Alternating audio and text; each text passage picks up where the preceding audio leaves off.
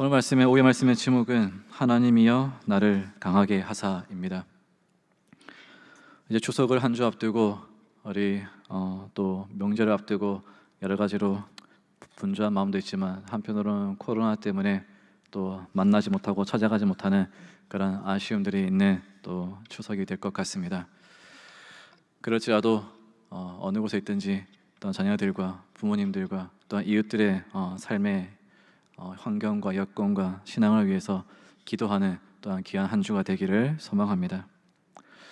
삼손의 이야기는 우리가 성경에서 참 다이나믹하게 읽어본 이야기고 들어본 이야기입니다.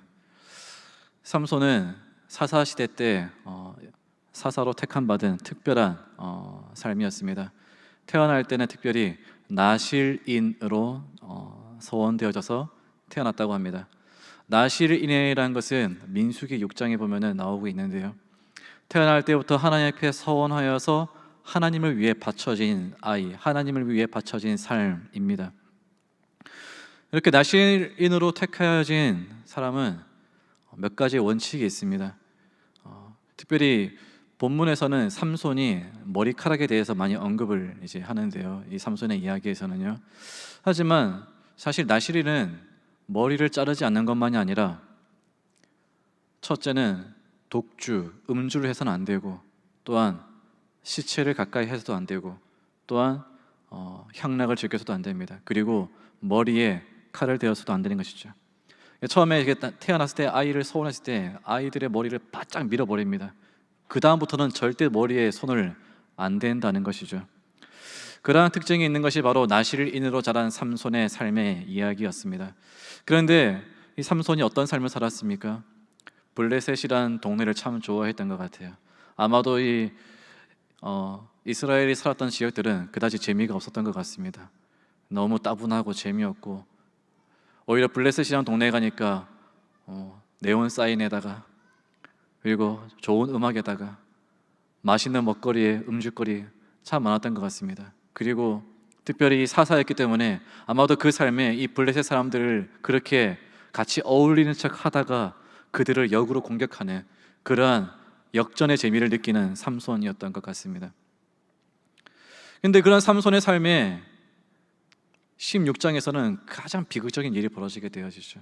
바로 블레셋 여자 들릴라라는 여자를 만나게 되어지면서 이 블레셋 사람들이 자기들을 괴롭히고 있는 이 삼손을 없애기 위해서 그 힘의 원인이 뭘까? 어떻게 하면 삼손이 이렇게 막강한 힘을 가지고 있을까? 그 원인이 뭔지 찾기 위해서 들릴라라는 여인에게 부탁을 하죠. 너에게 빠져 있는 것 같으니까 네가 한번 잘 물어봐라. 삼손이 왜 이렇게 힘이 센지. 그래서 그 들릴라라는 여인이 어떻게 합니까? 좋은 고급 향수 뿌리고 아주 섹시하게 입으면서 밤에 이 삼손을 싹 꼬시면서 당신의 힘의 원인이 무엇입니까? 뭐 때문에 이렇게 힘이 센 거예요? 나에게만 가르쳐 주세요. 제가 좀 더 야릇하게 표현하고 싶긴 하지만은 그렇게 하는 것이 제 나이상 적절하지 않고 또 위치상 덕이 되지 않기 때문에 차마 못하겠습니다. 나중에 제가 또 좀 이렇게 목회를 좀 경력을 쌓아서 이렇게 교인들과 함께 예배할 때 뭐 이제 편하게 말할 수 있는 그때는 편하게 할 수 있겠지만 저는 지금 그런 표현을 잘 못하겠습니다. 그냥 상상을 하십시오. 들리라라는 여인이 정말 매력적이었다. 아주 섹시하게 했나 보다. 삼손이 꼭꼭 넘어갈 만큼 했나 보다. 3번이나 실패를 하게 되어집니다.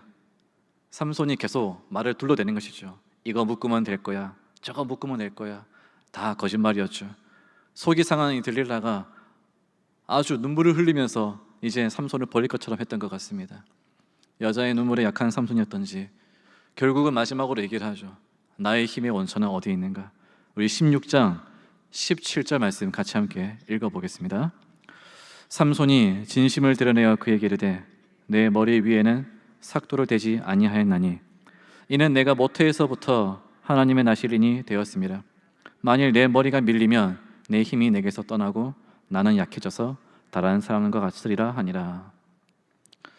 삼손은 자기와 하나님과만 아는 은밀한 일을 밝혀버리고 말게 되어집니다.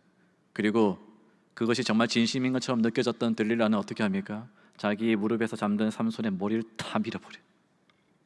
다 밀어버립니다. 가위로 자르고 빡빡 뽑아버렸던 것 같습니다. 그리고 그날 밤 삼손은 힘을 다 잃어버리고 블레셋에 끌려가게 되어집니다. 조롱거리 되어지죠. 완전 높은 곳에 있어서 힘과 자랑, 능력과 모든 것이 충만했던 이 삼손이 한순간 나락으로 떨어지게 된 것이죠. 우리 사랑하는 성도님 여러분들은 어떤 것으로 하나님과 특별한 관계를 맺고 있습니까? 나와 하나님과 맺는 특별한 것이 무엇입니까? 살아가면서 신앙의 방식은 참 다양합니다. 일터에서 살아가는 방식도 다양하기 때문에 어떤 사람들은 신앙을 지키기 위한, 신앙의 길을 잘 지키기 위해서 나름대로 지키고 있는 은밀한 것들이 있다는 것이죠. 나는 찬양까지는 잘 못하겠지만, 나는 새벽 기도까지는 잘 못하겠지만 그래도 내 신앙의 어느 정도 정수는 여기는 지키고 있다. 나는 하나님 앞에 어마어마한 예물을 못 바치겠지만 그래도 내가 하나님께 지키고 있는 은밀한 일들은 있다. 이것은 그래도 내 신앙의 정수다. 그래도 이것은 그래도 내가 하나님께 드릴 수 있는 유일한 막바지 신앙의 한 가지다 라고 여기는 것들이 아마 있으실 것입니다. 그것만은 그래도 나는 하나님 앞에 정직하게 드리고, 그래도 하나님께서는 이것을 보시고 나에게 힘을 주시겠지, 이것을 보시고 나에게 능력을 주시겠지. 일터에서 정말 경건하고 거룩하게 술자리 다 피하고 즐거운 자리 다 피하고 남을 속이고 빼는 자리 다 피하면서 정직하게 사시고 노력하시는 분도 계시겠지만 어떤 분들은 자기의 일터에서 쉽지가 않는 것입니다. 함께 때로는 마시기도 하고, 함께 때로는 피기도 하고, 함께 때로는 그런 거짓을 방관할 때도 더러 있다는 것이죠. 그러면서 마음에 찔리는 그 부분들이 있을 때 어떻게 합니까? 그럼에도 불구하고 나는 장로고 집사고 나는 권사고 나는 목회자니까 그래도 나는 그래도 어느 한 가지는 나는 지키고 있다. 삼손이 그런 삶이었다는 거예요. 나실인이었습니다. 여자도 안 되고 술도 안 되고 다 안 돼요. 그런데 즐길 거 다 즐겼습니다. 하지만 삼손이 지키고 있는 한 가지, 머리에 칼은 대지 않겠다.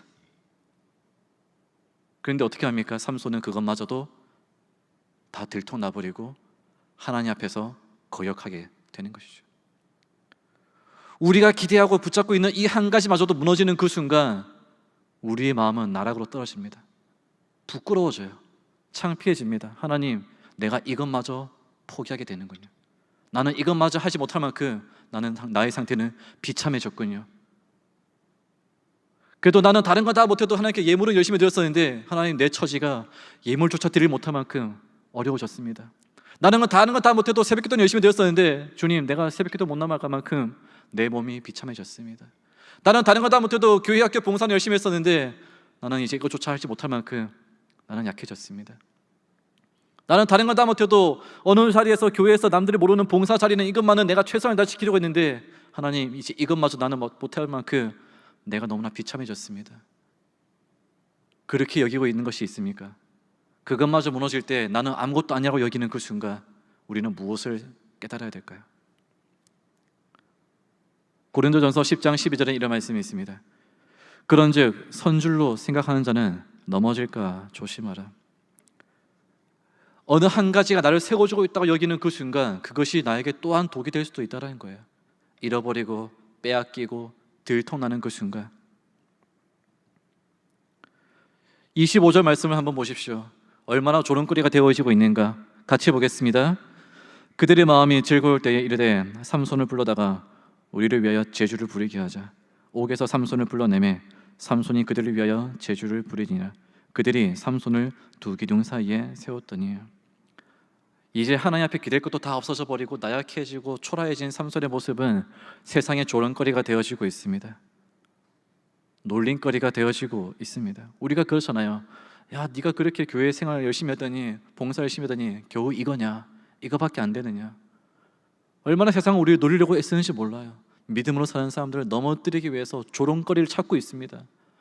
믿음으로 잘 살았는데 재산이 이거밖에 안 되느냐? 믿음으로 잘 살았는데 건강이 이 정도밖에 안 되느냐? 믿음으로 잘 살았는데 너의 자녀가 이렇게 됐느냐? 하나님, 나는 잘 안 돼도 내 자녀의 인생은 하나님과의 유일한 보루입니다. 이 자녀가 복받는 것이 나의 삶의 하나님의 은혜입니다. 여기 있었는데 그 자녀마저 어느 집사님이 정말 기도로 신앙으로 유일한 자기 집의 외아들 잘 키워가지고 교회 학교도에서 잘 배우게 하고 공부 열심히 해서 이 아들이 또 멋진 아들 될 거라 생각하고 서울대까지 이제 합격해서 입학할 준비를 이제 했습니다. 시험도 다 끝났어요. 연말에 친구들하고 함께 강원도에 놀러 갔습니다. 펜션 잡았습니다. 그 펜션이 폭발해서 불나가지고 사망했어요. 기대했던 하나님 앞에 유일한 내 아들의 인생이 하나님이 주신 복이라 여겼던 그 아들이 죽은 그 순간 그 마음이 어땠을까요? 세상에서 놀림거리가 비참함이 되는 우리의 처지가 가장 안타깝지 않습니까? 비슷한 이야기가 있습니다. 욥의 이야기를 한번 떠올려 보십시오. 하나님 앞에 많은 천사들이 모여 있었습니다. 그 중에 하나님께서 사탄에게 마귀에게 말합니다. 네가 어딜 돌아다니지 왔느냐? 욥을 보았느냐? 욥처럼 나를 경외하고 바라보는 사람이 세상에 없다. 죄에서 멀리 떠난 사람이 없다. 그러자 사라드니 이렇게 얘기합니다. 욥기서 1장 9절에서 10절 말씀 같이 읽어보십시오.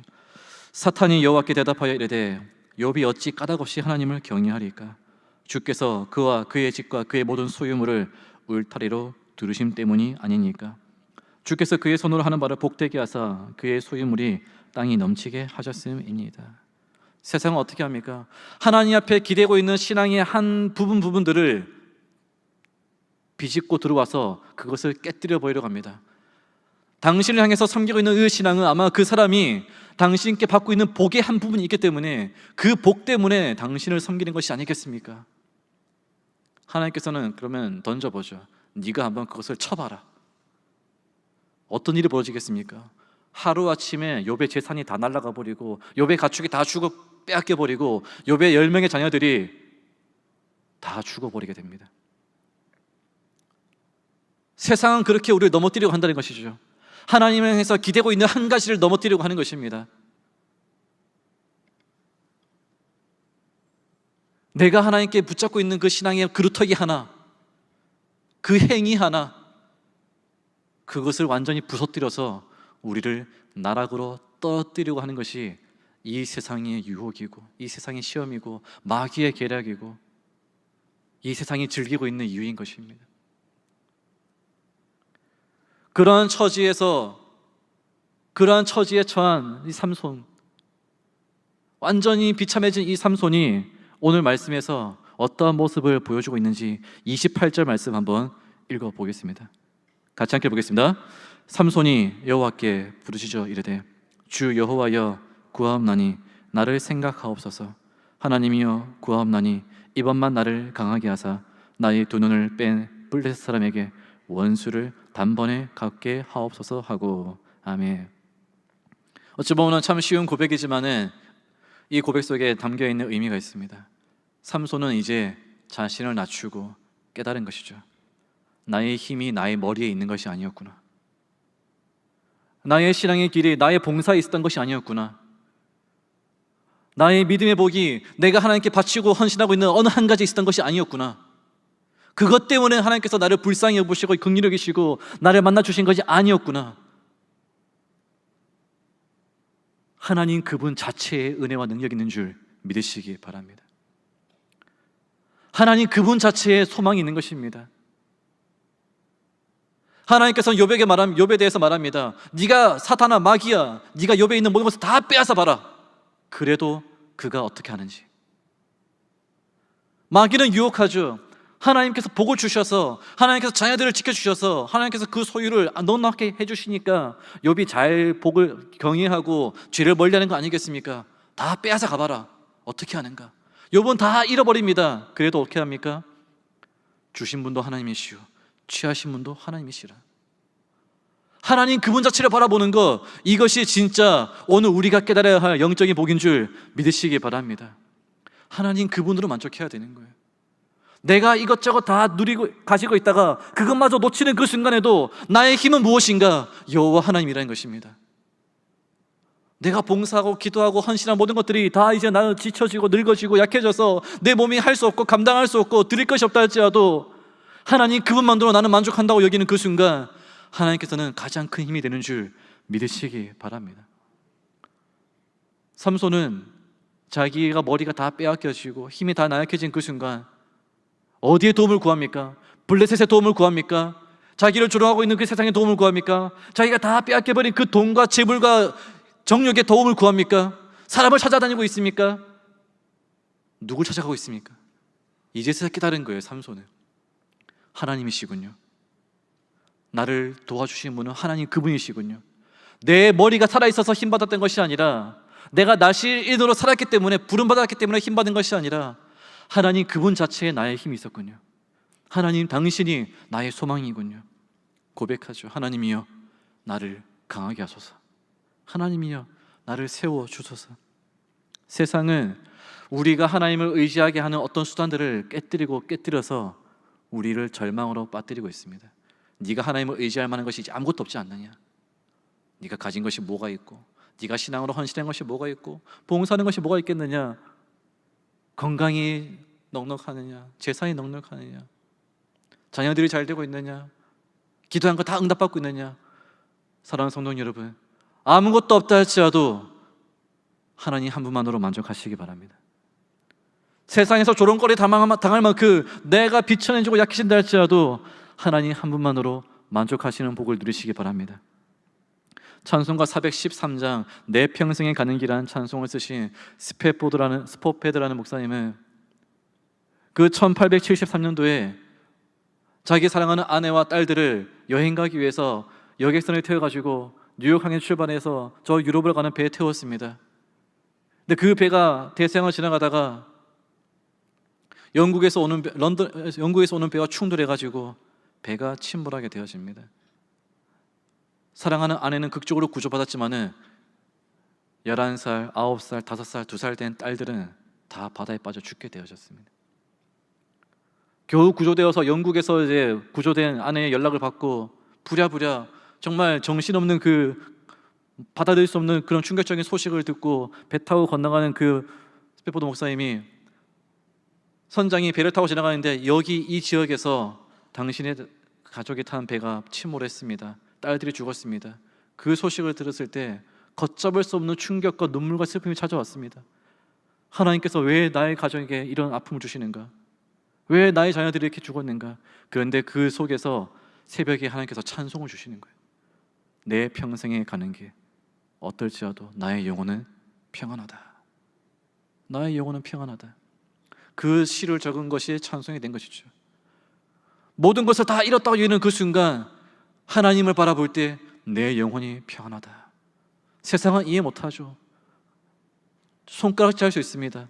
예수님 믿고 헌신하고 전도 집회하고 부흥회하고 봉사하고 선교한 것이 겨우 이 정도밖에 되지 않습니까? 이렇게 죽고 빼앗기고 가난해지는 것입니까? 그러나 하나님 바라볼 때 우리의 고백은 무엇입니까? 여전히 내 영혼은 평안합니다. 오늘 우리 담임 목사님 말씀에서 우리 어머님이 간증을 하셨지 않습니까? 어머님의 그 사형 선고 소식을 들었을 때 형제들은 다 벌벌 떨고 있을 때 담임 목사님은 어떻다고 했었습니까? 두려워하지 않다라는 것이죠. 하나님을 바라보는 소망을 있는 사람들이 그러한 복이 있는 줄 믿으시기 바랍니다. 1948년 여순 사건이 발생했을 때 동인, 동신이라는 형제들이 하루아침에 죽게 되어집니다. 그들은, 그 두 형제는 손영원 목사님의 아들이었습니다. 손영원 목사님은 주일 예배를 하고 인도하고 있는데 아들이 죽었다는 소식을 듣게 되어집니다. 그래도 끝까지 예배를 다 마치고 아들의 장례를 집행하게 되어주죠. 그 손영원 목사님이 쓴 10가지 감사의 내용은 오늘날도 우리에게 큰 도전이 되고 있습니다. 그 10가지 감사의 내용 중에 9번째 내용은 이런 내용이 있습니다. 이 같은 역경 중에서도 8가지의 진리와 하나님의 사랑을 찾는 기쁜 마음, 여유 있는 믿음을 주신 우리 주 예수 그리스도께 감사합니다. 손영원 목사님은 그 충격과 슬픔 속에서도 하나님을 바라보고 감사하고 있습니다. 하나님만으로 만족하고 있는 거예요. 하나님의 뜻으로 만족하고 있는 것입니다. 그리고 손영원 목사님이 그 장례식 때 감사 헌금을 드렸다고 하죠. 손영원 목사님 그 애양원 그 유적지에 가면은 그 감사 헌금 봉투가 이렇게 빛이 되어 있다고 합니다. 그 감사 헌금 봉투에 이렇게 적혔습니다. 두 아들을 순교하게 하신 하나님께 감사합니다. 감사 헌금 1만 원. 그 당시 손영원 목사님의 한 달 사례비는 80원이었다고 합니다. 80원. 당시 시대에 80원 사례비 받는 손야 목사님이 감사 헌금을 드린 것이 1만 원이에요. 전 재산을 다 바친 거예요, 하나님께. 내 아들 죽었으니까 원망하고 땅치고 후회하면서 이렇게 내가 하나님께 헌신한 것이 보상이 이것밖에 안 됩니까? 라고 눈물을 짓는 손야 목사님이 아니라 전부를 더욱더 바쳐서 하나님께 헌신할 만큼 하나님께 영광 돌리고 있는 손야 목사님의 이 삶의 모습이 바로 나의 하나님, 나를 도와주신 하나님, 나를 강하게 하시는 하나님. 빌립보서 4장 12절에서 13절에 사도 바울은 이렇게 고백하죠. 나는 비천에 처할 줄도 알고 풍부에 처할 줄도 알아. 모든 일, 배부름, 배고픔, 풍부, 궁핍, 어느 것에도 처할 줄 아는 일체의 비결을 배웠노라. 내게 능력 주시는 자 안에서 내가 모든 것을 할 수 있느니라. 하나님을 위해 사람만 바라보고 살아갈 때 내가 열심히 선교하고 헌신하고 교회를 세웠다 할지라도 그 교회에서 쫓겨나고 무너지고 내가 비참해지고 전하다가 갇혀지고 사랑하다가 더 미움받고 욕을 당하고 섬기다가 내가 더 저주를 당하고 외로워지고 쓸쓸해진다 할지라도 여전히 나는 하나님 한 분만으로 만족하는 비결을 배우노라. 이것이 이 시대에도 여전히 하나님께서 찾고 있는, 하나님이 기뻐하는 믿음의 사람인 줄 믿습니다. 사랑하는 성도님 여러분, 여러분의 능력의 근원은 어디에 있습니까? 여러분의 자랑은 어디에 있습니까? 무엇이 여러분의 신앙의 자랑거리입니까? 직분입니까? 봉사입니까? 가진 소유입니까? 나의 가정의 복입니까? 나의 몸입니까? 우리의 자랑은 무엇이 되어야 될까요? 하나님 한 분만이 우리의 자랑이 되어야 될 줄 믿습니다. 예레미야 9장 23절 같이 함께 보겠습니다. 여호와께서 이와 같이 말씀하시되 지혜로운 자는 그의 지혜를 자랑하지 말라. 용사는 그의 용맹을 자랑하지 말라. 부자는 그의 부함을 자랑하지 말라. 하나님만을 자랑하는 것입니다. 여전히 나에게 하나님이 계시다는 것. 30절 말씀 보겠습니다. 삼손이 이르되 블레셋 사람과 함께 죽기를 원하노라 하고 힘을 다하여 몸을 굽히매 그 집이 곧 무너져 그 안에 있는 모든 방백들과 온 백성에게 덮이니 삼손이 죽을 때에 죽인 자가 살았을 때에 죽인 자보다 더욱 많았더라. 아멘.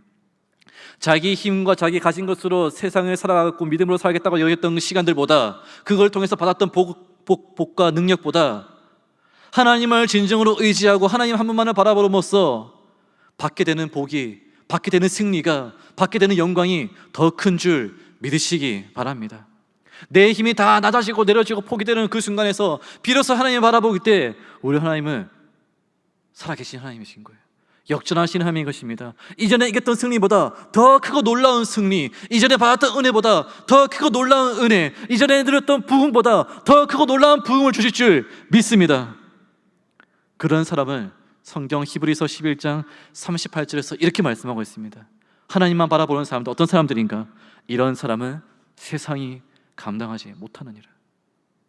믿음으로 사는 자는 세상에선 비천에 처하고 자녀들의 문제, 가정의 문제는 여전히 어렵고 낭패하다 할지라도, 난처하다 할지라도 여전히 하나님을 바라보는 그 신앙의 삶을 살아가는 자는 세상이 감당하지 못한다는 것입니다. 삼손을 하나님을 바라보는 모습, 세상이 감당하지 못하는 놀라운 승리를 이룬 것처럼 오늘 이곳에 있는 우리 귀한 성강교회 성도님들의 삶, 어떤 고백이 있기를 원하시겠습니까? 하나님이여 나를 강하게 하소서. 내가 가진 것으로, 내가 가진 신앙의 자리로, 내가 봉사하고 헌신하고 있는 것으로 나를 강하게 하는 것이 아니라 하나님 그분만으로 나를 채워주십시오. 하나님 당신만이 나를 강하게 하시기 원합니다. 내가 어떤 것을 드리고 내가 어떤 것을 바쳐서가 아니라, 내가 어디에 있어서가 아니라, 나는 아무것도 아닙니다. 그저 하나님 빈털터리, 빈손, 빈 능력이 있는 나를 강하게 하여 주시옵소서. 나를 완전히 채우실 분은 하나님이십니다. 내 것이 아니 하나님의 것으로 나를 채워주시고, 우리 교회 것이 아니, 우리 교회가 지난 70년 동안 했던 것이 아니라 우리 교회는 이제 빈털털입니다. 하나님의 것으로 나를 채워주시옵소서. 그렇게 고백할 때 우리 교회는 놀랍게, 우리의 삶은 더 놀랍게 이전보다 더 놀라운 승리와 복을 누릴 줄 믿습니다. 우리 함께 하나님이시여라는 찬양을 고백하고 결단에 기도하겠습니다.